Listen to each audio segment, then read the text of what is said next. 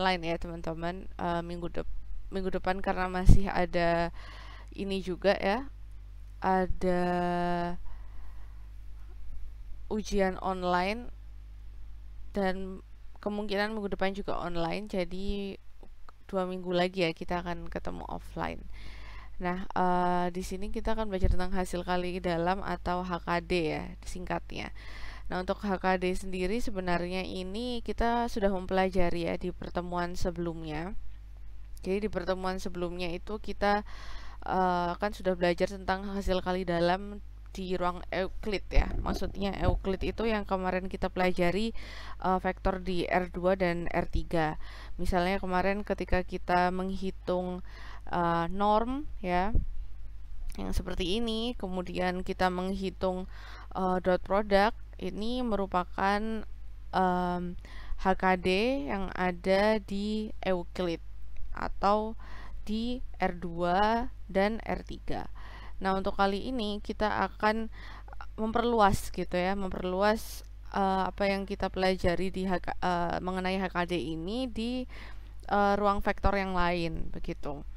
Nah, kemudian yang penting untuk kita pahami sebelum kita memperluas pengetahuan kita tentang HKD itu adalah sifat-sifat penting ya, sifat-sifat penting yang ada di hasil kali dalam. Jadi contohnya di sini ada empat sifat ya yang harus kita pahami untuk memperluas HKD di ruang vektor yang lain gitu. Nah, sebelumnya kita sudah tahu ya kalau misalnya ada dua buah vektor pada ruang Rn gitu, itu kan kita menyebutnya dengan dot product gitu. Di sini ada dua buah vektor pada Rn gitu. Nah, di sini kita tahu bahwa U itu ada memiliki komponen ya, ada U1, kemudian U2, ada U3 dan seterusnya. Begitupun juga dengan V, dia memiliki komponen V1, V2, V3 dan seterusnya. Nah, di sini kalau misalnya kita mencari dot produknya, maka ini kan adalah perkalian dari U1 V1 kemudian U2 V2 ditambahkan dengan U3 V3 gitu ya. Nah, untuk kali ini karena kita mau memperluas gitu ya, maka kita akan mempelajari sesuatu yang baru, yaitu yang dinamakan bukan dinamakan ya, sebenarnya dia sama, hanya bentuknya yang berbeda. Jadi kalau misalnya sebelumnya di ruang Euclid kita itu ada dot product, tapi kali ini kita menulisnya itu dengan notasi lain. Jadi di sini ada U, V. Nah, di sini ya ada notasi seperti ini. Ini bacanya adalah hasil kali U, V gitu. Nah, hasil kali U, V itu sendiri sebenarnya adalah sama dengan U1 dikalikan V1 ditambah U2 kali V2 ditambah U3 V3 dan seterusnya. Jadi sebenarnya sama gitu ya. Hanya saja di sini kita menggunakan notasi yang berbeda. Dan di sini kita akan menerapkan 4 macam sifat gitu ya yang harus kita terapkan untuk memperluas pengetahuan kita mengenai hasil kali dalam di ruang vektor yang lain. Oke, nah yang pertama misalnya kita balik lagi ke definisinya, yaitu misalkan ada sebuah V ya, dimana dia adalah suatu ruang vektor dan U, V atau vektor U dan vektor V di sini itu adalah anggota dari ruang vektor V. Maka notasi ini dinamakan hasil kali dalam. Jadi pokoknya kalau misalnya ada notasi seperti ini, maka dia itu merupakan HKD atau hasil kali dalam gitu ya. Nah, ini kita bisa sebut dia sebagai HKD dengan syarat empat sifat ini. Yang pertama adalah dia memiliki sifat simetris. Jadi apabila hasil kali dari U, V itu sama dengan hasil kali V, U, maka dia di sini tuh dia memenuhi sifat pertama atau yang disebut dengan dia simetris.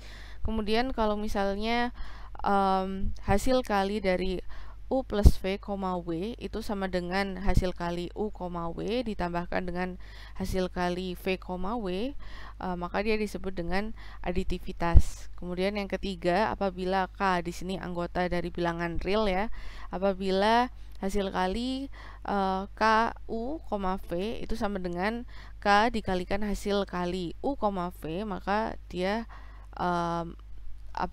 memenuhi sifat homogenitas. Kemudian yang keempat, apabila di sini hasil kali U, U ya, hasil kali U, U di sini dia memiliki hasil yang nilainya lebih besar daripada 0 untuk setiap U, dan di sini hasil kali U, U itu sama dengan 0 jika dan hanya jika salah satu komponen U ini nilainya adalah 0, maka dia itu memenuhi sifat positivitas gitu. Jadi ini adalah 4 sifat yang harus kita pahami betul. Nah, di sini ada teorema lagi ya. Jadi apabila V merupakan suatu ruang hasil kali dalam, misalnya V itu dia memenuhi 4 sifat ini, maka untuk mencari norm atau panjang sebuah vektor U itu dinyatakan dengan rumus seperti ini. Jadi ini ada hasil kali dalam, hasil kali dari U, U dipangkat setengah gitu ya, atau ya kita bisa menuliskan seperti ini ya.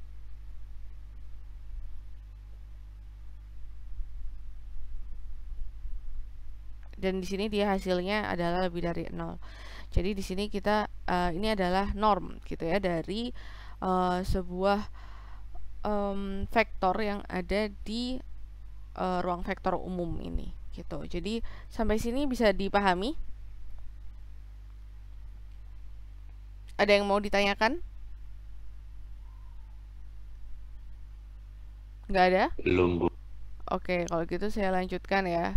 Jadi untuk memahami lebih lanjut ya, kita akan langsung saja ke contoh soalnya. Jadi misalnya di sini kita punya W ya, ruang vektor W yang mana dia merupakan substance dari R3 ya. Dia adalah R3, jadi dia punya U, dia punya V, dia punya W gitu. Kemudian di sini dia dilengkapi dengan operasi hasil kali dalam U, V, yang mana dia di sini ditunjukkan dengan 2 U1V1 ditambah U2V2 ditambah 3 U3V3, di mana di sini U dan V itu merupakan elemen dari W atau anggota dari W. Nah, di sini kita diminta untuk membuktikan bahwa W itu adalah ruang hasil kali dalam gitu. Jadi kita akan kembali lagi gitu ya. Kita akan kembali lagi di 4 sifat tadi gitu. Jadi di sini kita akan menuliskan terlebih dahulu ya. Tunggu sebentar pennya. Oke. Ini kalau misalnya kalian mau sambil nulis juga ya supaya lebih mudah pemahamannya, silahkan ya. Kita tulis bareng-bareng gitu. Jadi di sini kita kerjakan dulu yang A gitu. Nah, di sini kita punya U, itu kan karena di sini dia adalah R3 ya. Kita punya U1, kemudian U2, U3. Kemudian untuk V-nya sendiri kita ada V1, V2, V3. Kemudian kita ada W, ada W1, W2, W3. Nah, oke, kita pertama-tama menuju ke aksioma pertama atau sifat pertama, yaitu ini ya, simetris. Kita akan membuktikan apakah hasil kali dari U, V itu sama dengan hasil kali dari V, U, begitu. Oke, jadi di sini kita tuliskan dulu ya. Di sini kan kita ada hasil kali U, V. Hasil kali U, V itu sama dengan kita tuliskan dulu komponen-komponennya ya, karena dia di sini R3. Kalau di sini ada U, berarti di sini kita tuliskan U1, U2, U3. Kemudian karena di sini dia dikali ya, kita tulis dot di sini. Kemudian di sini ada V1, V2 dan juga V3. Nah, kalau misalnya kita sudah ada komponen seperti ini, kita bisa mengalihkan ya antara U1 dikalikan V1. Tapi kita di sini kembali lagi ke persamaan yang kita punya di sini gitu ya. Jadi kalau misalnya kita ada U1 kali V1, berarti kita nulisnya 2 U1 V1 gitu kan. Ditambah U2 V2, kemudian ditambahkan dengan ini U3 kalikan V3. Jadi di sini U3 kali V3 itu di sini ada 3-nya. Ya, kita harus tulis juga 3 U3 V3. Oke, di sini kita sudah dapat ya persamaannya seperti ini. Kemudian kan kita mencoba untuk membuktikan gitu ya bahwa dia ini hasil kali antara U, V dan hasil kali V, U itu sama. Dan kita tahu bahwa di sini kita bisa menukar posisinya ya. Kita memiliki di sini ada sifat matematika yang bisa kita terapkan, yaitu menukar gitu ya, karena di sini kan perkalian. Jadi kita bisa tuliskan di sini 2 V1 U1 ditambah V2 U2 ditambahkan dengan 3 V3 U3 gitu. Nah, kalau misalnya kita lihat di sini penulisannya di sini adalah V, U, maka ini sama aja dengan V1, V2, V3 dikalikan dengan U1, U2, U3. Jadi di sini bisa dibilang bahwa hasil kali antara V, U itu sama dengan hasil kali U, V gitu ya. Jadi untuk teorema atau sifat aksioma pertama dia terbukti gitu ya. Oke, kita udah di yang pertama, maka kita akan lanjut yang kedua. Yang kedua saya tulis di sini ya. Sebelumnya ada pertanyaan, dipahami? Paham? Bisa dipahami? Bisa, Bu.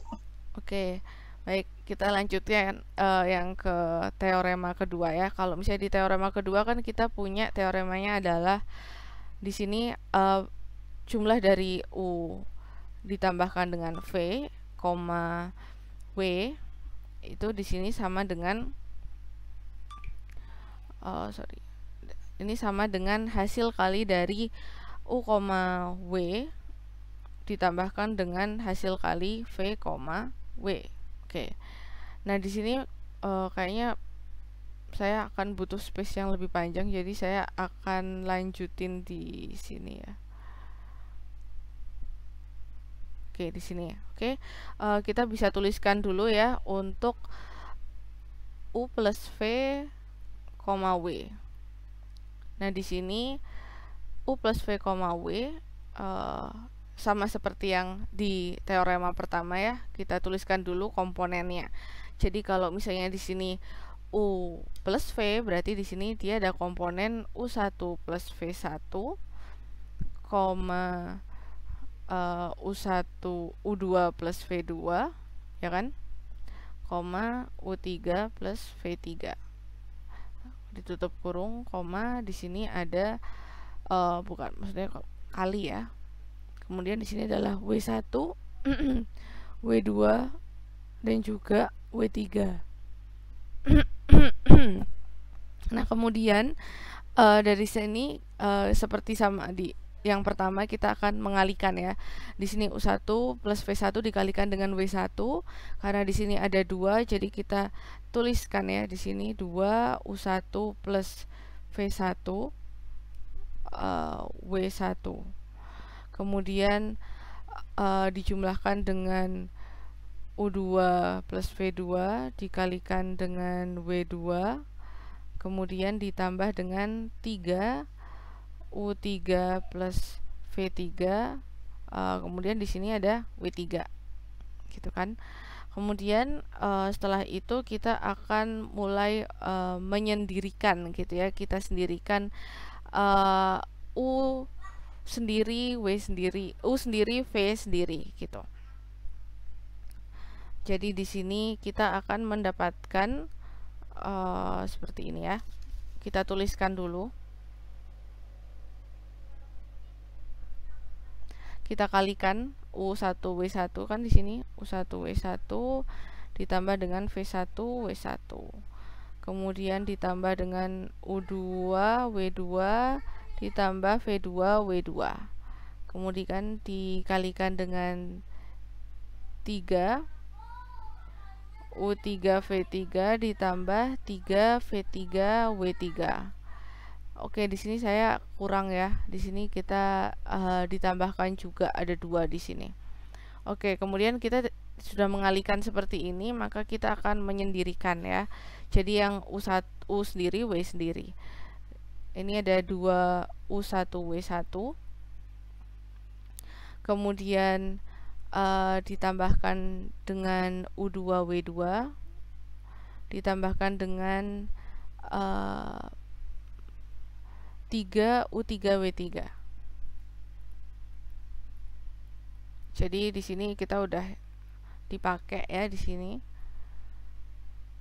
3 U3 W. Oke, ini harusnya W. Oke, ini udah dipakai ya. Oke, jadinya kita tinggal punya yang V. Sini 2 V1 W1 ditambahkan dengan V2 W2 ditambahkan dengan 3 V3 W3. Nah, kalau misalnya kita lihat di sini, kita bisa lihat ya di sini ada U, W, kemudian di sini ada juga V, W gitu. Jadi kita bisa simpulkan bahwa di sini hasil kali dari U, W itu ditambah dengan hasil kali V, W itu adalah sama gitu ya dengan hasil kali U plus V, W gitu. Jadi untuk teorema kedua ini kita juga sudah terbukti. Oke, nah untuk teorema yang ketiga ya kita lanjutkan. Untuk teorema yang ketiga kita punya bahwa hasil kali dari KU, V itu sama dengan K dikalikan hasil kali U, V gitu.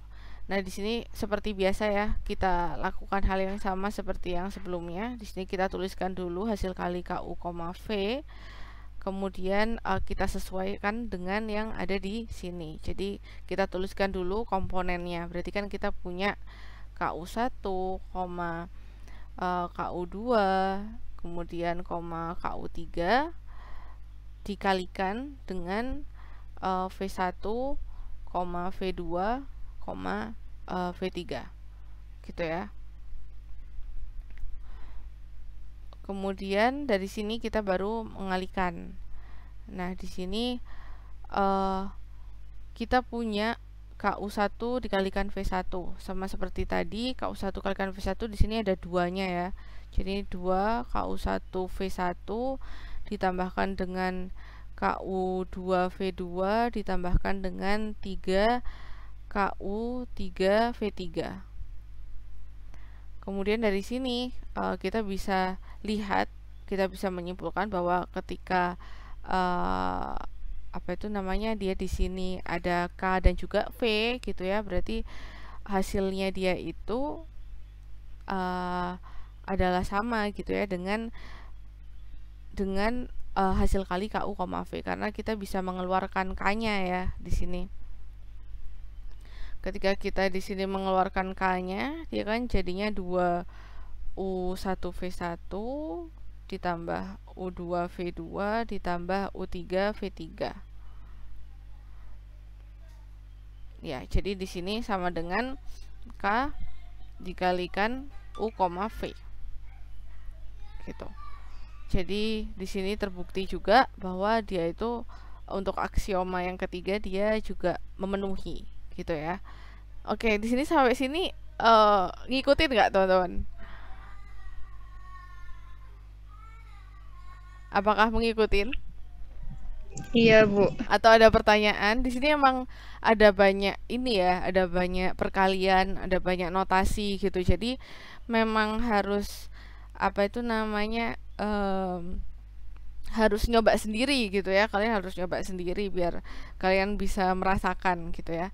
Oke, kita lanjutkan ya ke aksioma keempat. Nah, kalau di aksioma keempat di sini kita diminta untuk membuktikan hasil kali dari U, U itu dia lebih dari 0 Kemudian selain itu hasil kali dari U, U itu sama dengan 0 jika dan hanya jika U-nya, komponen U-nya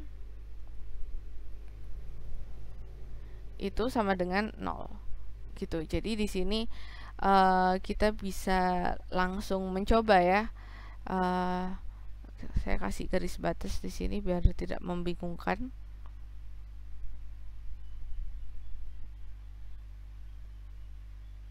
Oke, jadi di sini untuk yang keempat ya. Di sini kita tuliskan dulu ya U, U. Kemudian kita tuliskan seperti biasa, kita tuliskan komponennya. Di sini ada U1, U2, dan juga U3. Nah, karena di sini dia itu sama-sama U ya, maka di sini kita tuliskan lagi U1, U2, U3. Kemudian di sini kita kalikan seperti biasa ya, U1 kalikan U1 karena di sini ada 2.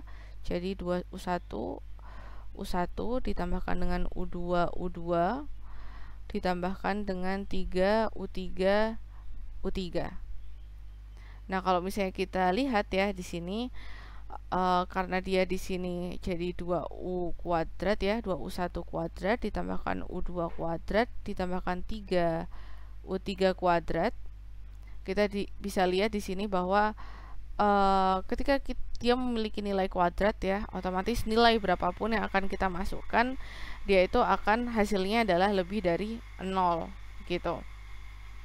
Begitupun juga dengan apa itu namanya yang dia maksudnya hasilnya lebih dari 0 gitu ya.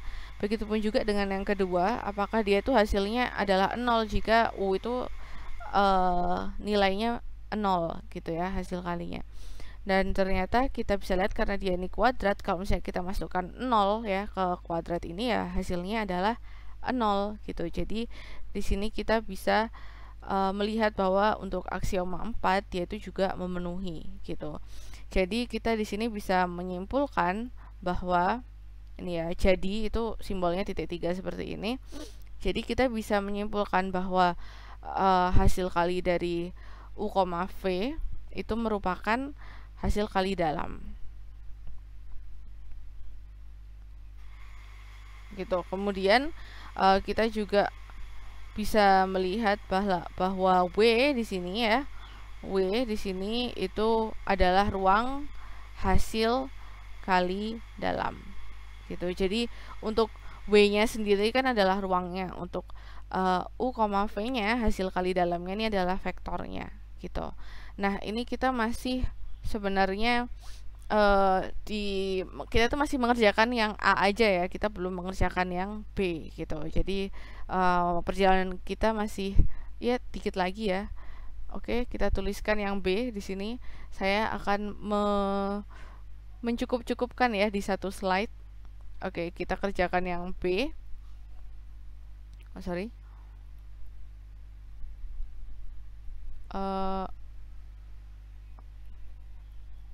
Oke. Wah, kayaknya pen saya udah mulai ini nih. Oke, yang B ya. Yang B di sini ternyata kita diminta untuk memasukkan nilainya gitu ya. Jadi di sini kita punya U, vektor U di sini komponennya adalah min 2,1,2 gitu ya. Nah, kemudian untuk yang V di sini dia adalah 1,4, min 2. Nah, di sini kita lihat U dan V ini udah punya komponen sendiri ya. Kalau kita lihat berarti di sini min 2 ini adalah U1, kemudian 1 ini adalah U2 dan 2 ini adalah U3. Begitupun juga dengan yang V, 1 ini adalah V1, 4 ini adalah V2, kemudian min 2 ini adalah V3 gitu ya. Jadi kalau misalnya kita diminta untuk mencari hasil kali dari U, V ya kita tinggal memasukkan aja ke rumusnya gitu. Kan di rumusnya dia di situ 2 dikali U1 V1 ditambahkan dengan U2 V2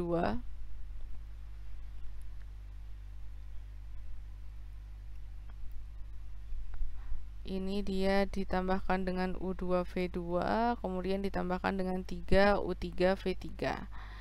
Nah, di sini kita tinggal memasukkan aja ya nilai-nilainya. Jadi 2 dikalikan U1-nya itu adalah min 2, kemudian dikalikan dengan V1-nya adalah 1, ditambah dengan U2-nya 1, dikali dengan V2-nya adalah 4, kemudian ditambahkan 3, kemudian U3-nya di sini ada 2, kemudian V3-nya di sini adalah min 2.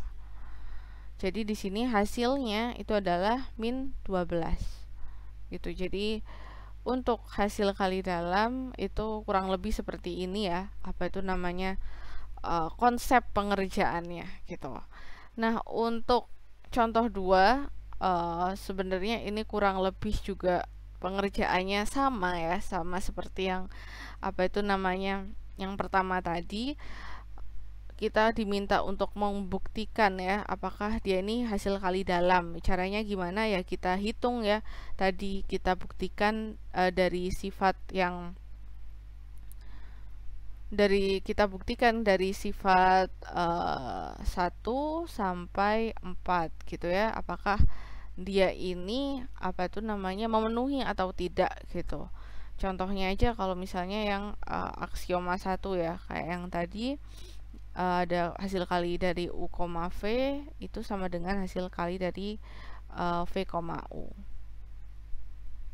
Jadi di sini kita tuliskan dulu apa komponennya gitu ya. Untuk U-nya berarti kan U1, U2, U3 dikalikan dengan V1, V2, V3. Kemudian di sini seperti biasa ya, U1 dikalikan dengan V1 karena di sini nilainya tidak ada. Jadi ya U1 V1 langsung ditambahkan dengan U2 V2, di sini ada nilainya 2. Kemudian U3 dikalikan dengan V3. Itu ada minus 3 U3 V3 gitu. Kemudian dari sini kita bisa tinggal balik aja seperti yang tadi ya, V1 U1 ditambahkan 2 V2 U2 dikurangi 3 V3 U3. Kemudian dari sini kita bisa melihat bahwa di sini dia adalah VU gitu ya. Jadi di sini kita bisa balik lagi ke yang sifat awal gitu.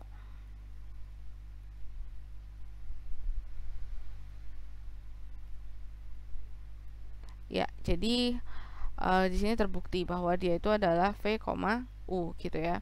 Nah, pertanyaannya misalnya kita udah mengerjakan gitu ya dari 4 aksioma ini, kemudian di situ ada salah satu nilai aksioma yang dia tidak terbukti gitu ya, berarti kita bisa bilang bahwa dia bukan merupakan hasil kali dalam gitu. Jadi untuk kita itu bisa menyebut dia itu merupakan hasil kali dalam, dia harus memenuhi semua sifat 1 sampai 4. Jadi tidak boleh salah satu atau salah 2. Jadi harus terbukti untuk semuanya gitu ya.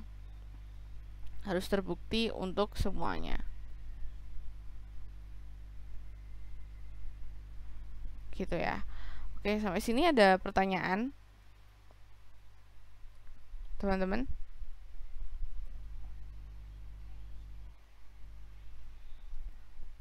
Oke, di sini nggak ada pertanyaan? Belum, Bu. Oke, kalau misalnya nggak ada pertanyaan, maka saya akan ini ya, akan membuat ini kan ada apa itu namanya sifat pertama aja ya yang saya tuliskan di sini. Nah, untuk tugas ya silahkan dilanjutkan gitu ya, silahkan dibuktikan untuk sifat kedua, ketiga, dan juga sifat keempat gitu. Kemudian apa itu namanya disimpulkan apakah dia itu HKD hasil kali dalam atau tidak gitu ya. Jadi ini untuk tugasnya, oke? Karena saya rasa untuk melihat dari yang contoh sebelumnya ini kalian pasti udah paham ya kan, tinggal masukin aja ke rumusnya gitu ya. Nah, ini untuk contoh ketiga ini agak berbeda ya. Jadi di sini kita diminta untuk menentukan. Kita di sini diminta untuk menentukan yang pertama adalah normnya gitu ya, norm atau panjang dari vektornya, kemudian kita diminta untuk jarak dari vektor U dan vektor V. Dan di sini di R2 gitu ya, di R2 ruang vektor 2. Nah, kita kembali ya ke rumus awal yang kita ketahui sebelumnya, bahwa untuk di R2 untuk mencari norm itu rumusnya adalah akar dari maaf sini agak berantakan ya. Untuk norm U ya, untuk norm U berarti ya di sini U1 kuadrat ditambahkan dengan U2 kuadrat gitu. Nah, di sini kita tahu U1 kuadratnya di situ adalah 1 kuadrat ya. Di sini U1-nya adalah 1 kuadrat ditambahkan dengan 0 kuadrat ya, sama dengan 1. Kemudian untuk jaraknya antara vektor U dan juga vektor V, di sini kita bisa tinggal mengurangi saja ya antara komponen dari vektor U dan juga vektor V. Oke, kita dapat di sini kalau misalnya 1 dikurangi 0 adalah 1 ya. Kemudian 0 dikurangi 1 itu adalah min 1. Jadi dari sini kita karena di sini ada norm ya, kita kembali lagi ke akar itu. Jadi di sini ada 1 kuadrat ditambah dengan min 1 kuadrat, hasilnya adalah akar 2 gitu ya. Oke. Belum selesai. Nah, kita sudah dapat nih untuk apa itu namanya panjangnya vektor U dan juga jarak antara vektor U dan juga vektor V. Kemudian yang ditanyakan di sini yang di B, kalau yang tadi itu A itu ada di R2 ya, untuk yang B itu yang ditanyakan adalah di RHKD atau di ruang hasil kali dalam gitu. Jadi ya kita kembali lagi ke rumus yang tadi sudah ditunjukkan di awal ya, untuk di RHKD atau ruang hasil kali dalam. Untuk norm U itu kan rumusnya adalah seperti ini ya, U, U, kemudian di sini setengah. Nah, di sini diketahui bahwa hasil kali dari U, V itu adalah persamaan ini gitu. Nah, jadi di sini kita bisa langsung masukkan aja gitu ya. Di sini sama dengan akar. Di sini kita punya 3U1 kuadrat ya. Untuk U-nya di sini kan U-nya yang pertama adalah 3U1 kuadrat. 3U1 kuadrat 3U1 kuadrat, kemudian ditambahkan dengan yang 2U2 kuadrat. Nah, di sini untuk U1 sendiri, untuk U sendiri maksudnya norm U itu kita kan sudah punya ya, bahwa apa itu namanya, bukan norm U ya, diketahui bahwa di sini U-nya itu adalah nilainya adalah 1,0 gitu. Jadi di sini kita tinggal memasukkan aja ke U1 dan U2-nya. Jadi 3 dikalikan 1 kuadrat ditambahkan dengan 2 dikalikan 0 kuadrat gitu. Jadi di sini hasilnya adalah akar 3. Nah, ini apa itu namanya, kita udah dapat untuk norm U-nya gitu ya. Nah, kalau selanjutnya kita akan mencari jaraknya di RHKD. Nah, untuk di RHKD ini juga sama ya, kurang lebih kita cari selisihnya dulu ya antara komponen U dan juga V. Ini tetap ada garis duanya di sini ya, karena kita akan mencari panjangnya, ya kan? Nah, kemudian ini kita akarkan. Di sini kita langsung ya, apa itu namanya, sama seperti yang tadi.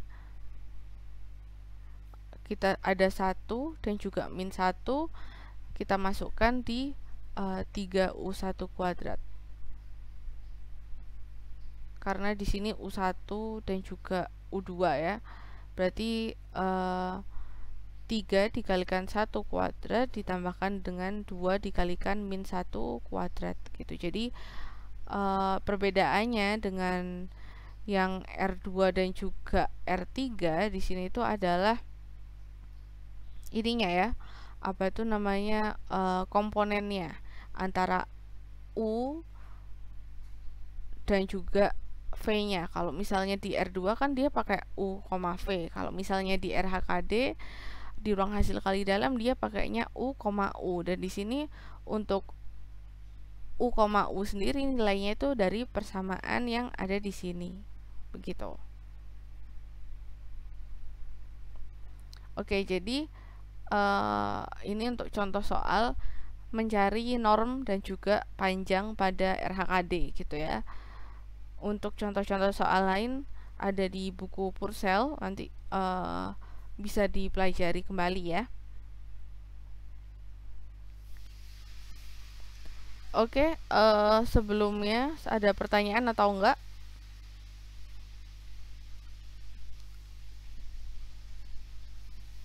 Permisi Bu, mohon maaf tadi ini jaringan saya agak terganggu di bagian yang ini Bu. 1-1 pakai yang matriks itu dari mana ya Bu? Oh iya, jadi sebenarnya kan kita ada, saya belum menjelaskan juga ya, kan kita diminta untuk mencari jarak ya, jarak antar vektor seperti ini gitu kan. Misalnya di sini ada U ada 1,0, kemudian di sini ada V itu adalah 0,1. Kan kita untuk mencari jaraknya berarti kan kita harus mengurangi gitu ya untuk mencari selisihnya. Nah, untuk sebenarnya matriks itu ya kayak pengurangan biasa ya antara apa itu namanya, antara vektor U dan vektor V gitu. Jadi misalnya vektor U dikurangkan vektor V ya untuk mencari selisih jarak ini. Jadi kita tuliskan aja untuk yang U di situ kan di situ 1 dan juga 0 gitu ya. Kemudian untuk yang V di situ adalah 0 dan juga 1. Jadi di sini kita dapat hasilnya adalah 1 min 1 gitu. Jadi 1 min 1 itu dari pengurangan antara vektor U dan juga vektor V. Gitu ya. Bisa dipahami? Bisa Bu, terima kasih Bu. Ya, jadi kalau misalnya kita udah dapat 1 min 1 ini dari selisihnya, baru kita cari normnya ya. Kita seperti biasa ya, 1 kuadrat ditambahkan dengan min 1 kuadrat, hasilnya adalah akar 2 gitu. Oke, sebentar ya, saya angkat telepon dulu.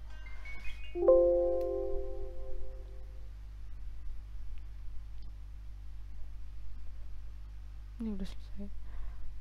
Oke, udah nggak ditelepon. Oke, baiklah. Ya, jadi gitu ya teman-teman untuk perbedaan antara kita mencari norm U dan juga jaraknya di R2 dan juga di RHKD. Jadi kalau di RHKD biasanya hasil kali dalam antara komponen antara U, V itu dia di sini ada persamaannya. Jadi di sini ini yang akan kita masukkan gitu. Jadi kalau misalnya di RHKD kan norm U itu sama dengan hasil kali U, U gitu. Oke, apa itu namanya? Saya di sini menjelaskan juga, lupa menjelaskan ya, U, U itu seperti apa. Jadi kan ada U, U ya. Nah, ini sama seperti tadi ya, kita jabarkan seperti di pembuktian-pembuktian yang sebelumnya. Jadi di sini berarti kan kita punya yang namanya U1, U2. Habis itu di sini dikalikan juga dengan U1, U2 gitu. Nah, di sini kita kalikan U1 dikalikan U1 ditambah U2 dikalikan V2. Nah, U1 dikalikan U1 kita bisa lihat itu U1-nya kan di sini ada 3 ya. Jadi di sini 3 U1 kuadrat ditambahkan dengan U2-nya di sini ada 2 ya. Jadi di sini jadinya 2U 2 kuadrat gitu. Sorry, ini U2 ya. Jadi makanya kita di sini untuk normnya kita masukkan yang ini ya, 3U1 kuadrat ditambahkan dengan 2U2 kuadrat gitu. Kemudian dari sini baru kita masukkan nilai U1 dan juga U2 yang ada di sini gitu. Dan hasilnya adalah akar 3. Kurang lebih seperti itu ya teman-teman. Jadi untuk materi kali ini yang harus benar-benar dipahami itu adalah pemahaman mengenai 4 aksioma pada hasil kali dalam dan bagaimana kalian bisa membuktikan gitu ya sebuah hasil kali dalam itu dia bisa dikatakan hasil kali dalam atau tidak dengan menerapkan 4 aksioma tadi. Kemudian kalian juga bisa menghitung norm gitu ya, norm dan juga jarak antar vektor di ruang hasil kali dalam gitu ya. Jadi kalau di ruang hasil kali dalam kita tuh bergantung di persamaan yang kita punya ini. Oke, sampai sini ada yang mau ditanyakan lagi?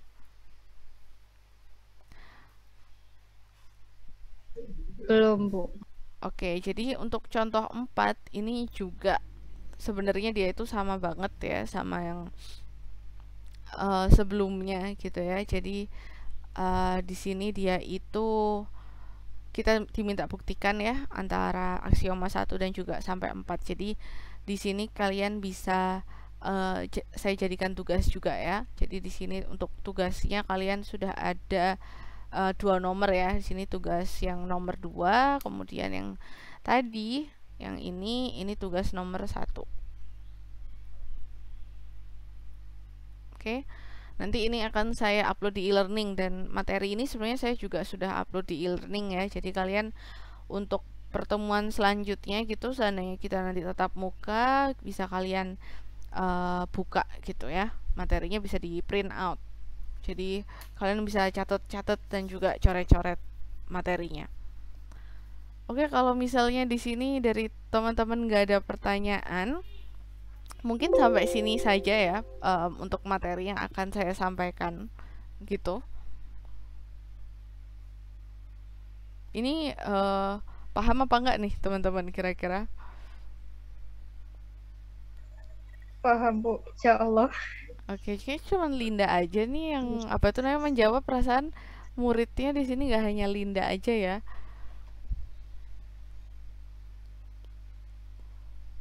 Gimana nih? Coba saya tanya-tanya ya kalau gitu.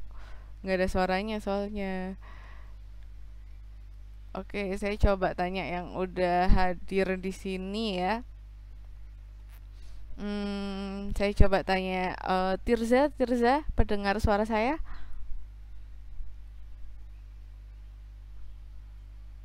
Halo, Tirza? Nggak kedengeran suaranya. Wah, ya kalau gitu saya sambil ngabsen ya.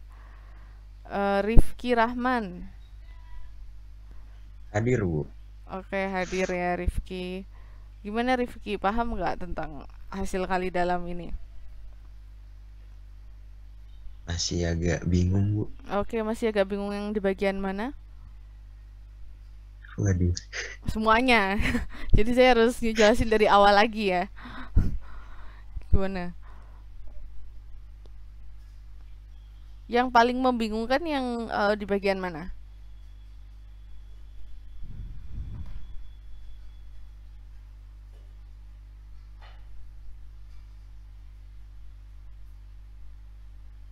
Apakah di penentuan sifatnya atau apa itu namanya di perhitungan norm dan juga jarak?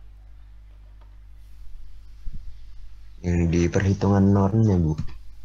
Di perhitungan norm itu sebenarnya dia itu sama kayak yang di Euclid kemarin ya, di R2 dan juga R3. Kita cuman tinggal ini aja menghitung. Tinggal dipindah terus kayak di double.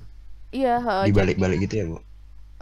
Dibaliknya sih enggak, cuman kita di sini untuk di RHKD itu tuh kita cuman pakai vektor U aja, jadi V-nya itu enggak gitu. Jadi kita di sini diminta untuk menghitung hasil kali antara U, U gitu. Nah, U, U kan berarti ya kayak tadi ya, kita jabarkan dulu untuk yang U yang pertama di sini berarti U1, U2 kayak gitu. Nah, karena dia double ya berarti ya dikalikan juga sama U1, U2. Kemudian setelah kita di sini dapat apa itu namanya perkaliannya ya U1, U1, kita baru balik lagi ke persamaan di RHKD yang kita punya. Misalnya di sini ada U1-nya itu di depannya ada 3 ya.